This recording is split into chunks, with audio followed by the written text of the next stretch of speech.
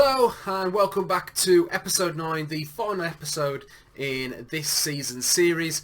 FC Pripyat have defied all expectations, finishing 6th in their first season in this league. There's still playoff places, playoffs to go and stuff, but we're not too fussed about that, and we'll cover that off at the start of next season at least anyway. So the league table, first and foremost, finished off. We finished 6th. Now, if we just quickly have a look at the past, you'll see that from our time halfway. This is literally the halfway point in the season, so it couldn't be more different. You know that we were struggling to even look like we were going to come out of the relegation zones, and then we just hit an absolute complete run of form, beating Dnipro 1-0. Mykolaiv 2-1, Zerka Kopolopachov 2-1, Oblast we beat. Then we had a setback against top of the league, but then we carried on, and we would not slow down when we really found our stride. So the second half of the season just kind of shows what we're all about, and it's given us good expectations for the start of next year. I haven't actually got to the point yet where I've set those expectations yet, but I'm very close to doing so. I may do it at the end of this video as well. So let's have a quick look at the stats overall.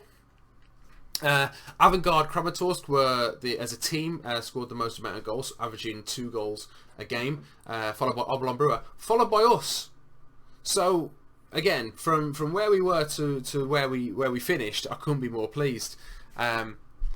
Form-wise, well, let's just look. We didn't really come into any of the other.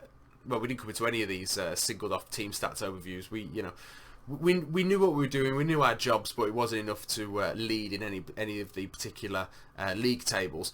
Form-wise, we were brilliant. We were up there with Kramatorsk, who won. Hernik, who went on a phenomenal run themselves to finish just outside the promotion spots.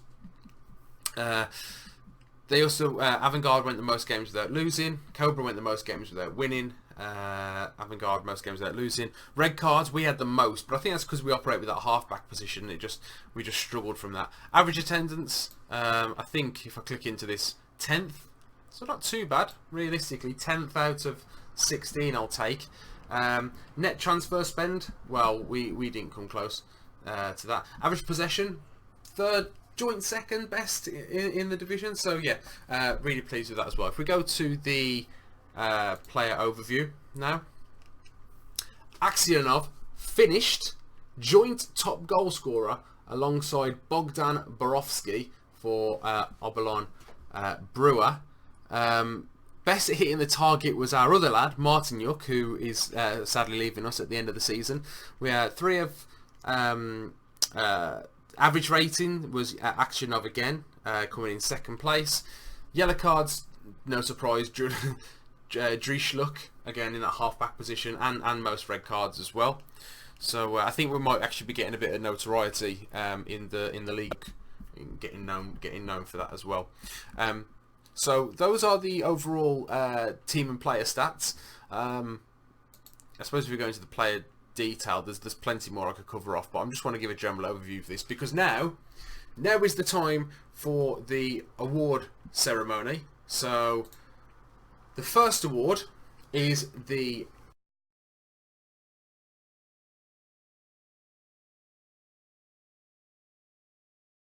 and of course the award goes to Yaroslav Aksionov.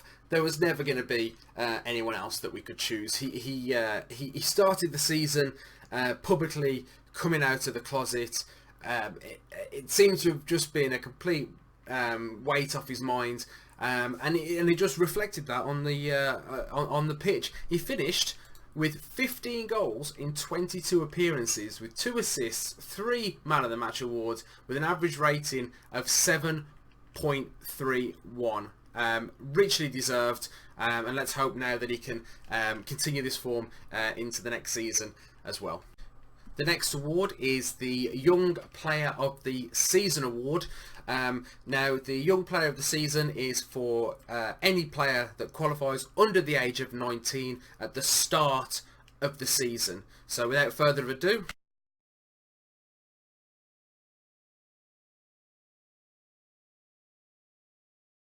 and of course the award goes to Vladislav Martinyuk. We are not going to ignore the fact that he is leaving us. We're not going to have that as a factor in our decision making. I've said it on multiple videos now. This guy simply carried us at moments where we had zero hope. We were up against it constantly. We were conceding 3-4 goals at a time, and he was the only one who was showing that he still knew that this club had something to offer. So I'm really grateful. Thoroughly deserves the award. The young player of the season goes to Vladislav Martinyuk.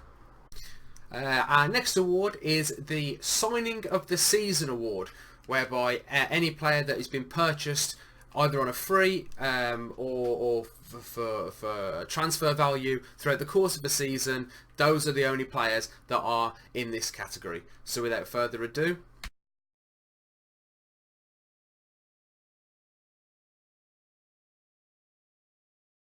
and the award goes to Christian Kirchik, signed for £18,000 from Slovan Bratislava, more specifically Bratislava B, which was the team that he was in at the time. This guy now has a transfer value of £77,000, but that's not the reason that he wins the award. He wins the award for completely invigorating our back line at a time where we were shipping and conceding goals for fun. He got 7 assists in 17 appearances, 1 Man of the Match award, 31 tackles, averaging nearly 2 tackles a game. Richly deserved. Really glad to have him on the team, and believe that he will be a staple in our team for years to come. So many congratulations, Christian Kirchik. Next up is the highlight of the season award. Essentially, this is the most memorable moment from the entire campaign.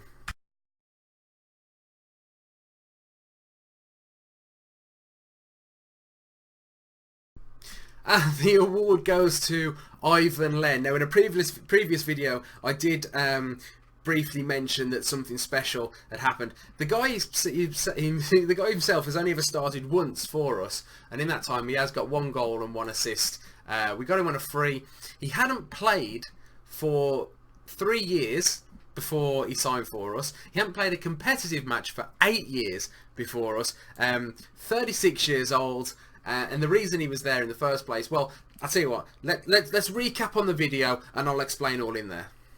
So just to give you a little bit of context before we see the goal, Volyn and Pripyat, the game itself was incredibly drab. Not much happened at all. Very few chances between the two, and the reason that the reason that Len was actually on the pitch at all was because our main left back was injured. Our second left back was nowhere near fit enough to cope with the full 90 minutes, so we actually brought him on.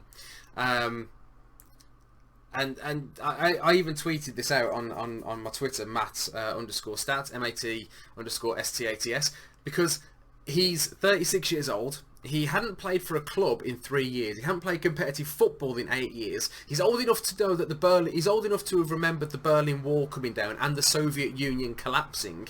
And he pulled this out the bag. Now, the reason why this is so special as well is because he won't be with us next season. Obviously, he's 36 years old now, so it's very he's just gonna deteriorate faster and faster. And obviously, we're looking to go up. But yeah, Mashanin sprinted from his left wing position to keep that ball in.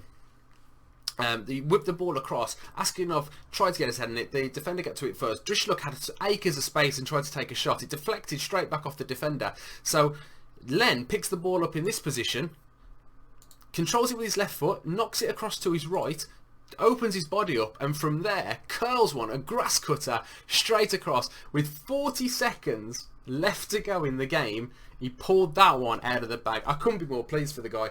That's what I love about Football Manager as well, is that there are even in a season of where you think you know what's going to happen, there are still unpredictable moments like that. So really pleased for him.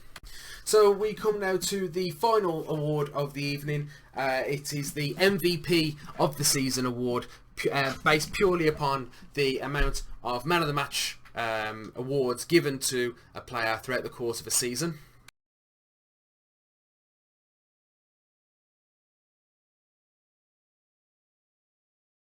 And that award goes to Meerkat. Arguably our best player of the season, certainly our best in terms of attributes, was pretty much a key figure. We were lucky that he stayed fit for the majority of the season, only missing 4 games of the league itself. Yeah, finishing with statistics of 9 goals in 27, so that's 1 in every 3, 5 assists and 3 player of the match awards as well, with an average rating of 7.03. Now there were 2 other players that got 3 player of the match awards as well, in Vladislav Martinyuk and Yaroslav Aksionov. Now for me, I was the deciding factor in this, because those 2 have already been highlighted within the award ceremony, so I felt like it was only fair that Meerkat got a shout out for this particular award as well. So well done, richly deserved. And that about wraps it up. Just probably should show you the actual end of season awards that get generated on Football Manager itself. As you can see, a lot of the same things came. The fans' player of the season was Yaroslav Aksionov by an overwhelming majority of 56%. The goal of the season actually went to Ivan Len as well. And now I'd picked this out before these end of season awards actually got generated, so I'm really pleased that was picked out as well. Most likely because of how late it was into the game and how much of it was just a match winner, but obviously I like the added context of his age and obviously just why it would be a bit more special to him than just anyone scoring that goal. Signing of the season, I was in complete agreement with Christian Kurchik because of just how much he performed throughout the course of the season. The young player of the season went to Yaroslav Aksionov, but he's 24 years old, and I just feel like I'm implementing the rule of you have to be under 19 at the start of the season to qualify for that. But I'll just quickly take you through the season review as well. Few will have tipped FC Pripyat to have been capable of avoiding relegation heading into the season, but FC Pripyat confounded every expectation by achieving a top half finish. FC Pripyat were one of the competition's feel-good stories, defying expectations, mainly thanks to an impressive spell of form between September and March, and after climbing as high as 5th at their peak, they were able to celebrate a job well done. And that's Goal Magazine. That's Goal Magazine talking about us.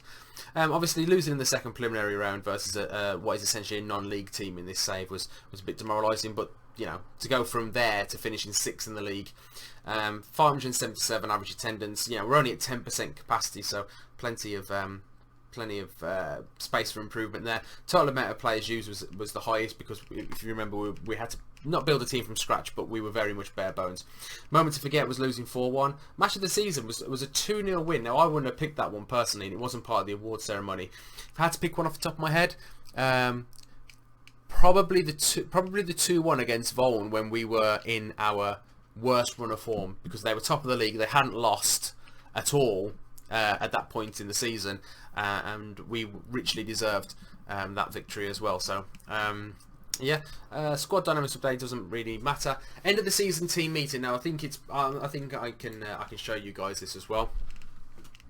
Now, I've been thinking about this a lot. Now, as you can see here, they're enjoying the team start of play, proud of the club's league position, wants to commit his future to the club, because we have now obviously got to the point where we can, as soon as we were safe, I offered the contracts to the relevant players, and they I think all of them actually accepted as well. Now, I've been saying in previous videos I want to finish in the top half, so mid-table and top half aren't too dissimilar anyway, because it's only a 16-team league. So I'm going to go with a passionate top half finish, and I want to see what they say to that. Come on guys, the boss is right, we can finish in the top half. See, we're on a level. We've got that zen understanding of one another where it's even unspoken. So yeah, we're in some fantastic morale. And let's just have a quick look. The board want to give us an end of season confidence review as well. Very pleased. Why wouldn't they be? The wage budget's been a particular highlight. Well, I did have lots to play with in the first place anyway, so happy with that. Injury report. Yeah, Shiray's one of our upcoming players. 6 months with a broken leg. He's had 2 injuries. Chimarov had a fractured skull after having a collision. So if we look at in terms of missed, the biggest disappointment was probably Polishuk, who missed a quarter of the season and was never really able to get fully match fit anyway, so he barely featured. But yeah, other than that, pretty happy. So the squad's now gone on an end of season break, which means I'm going to go on my holidays as well. I need to get out of Ukraine and away from all the radiation. So I think a trip back to Western Europe somewhere, maybe somewhere sunny like Spain or somewhere like that might be for me as well. So I'm going to end the season there. Listen, thank you so much for being with me throughout the course of this first season. I hope you've enjoyed watching it just as much as I've enjoyed making it.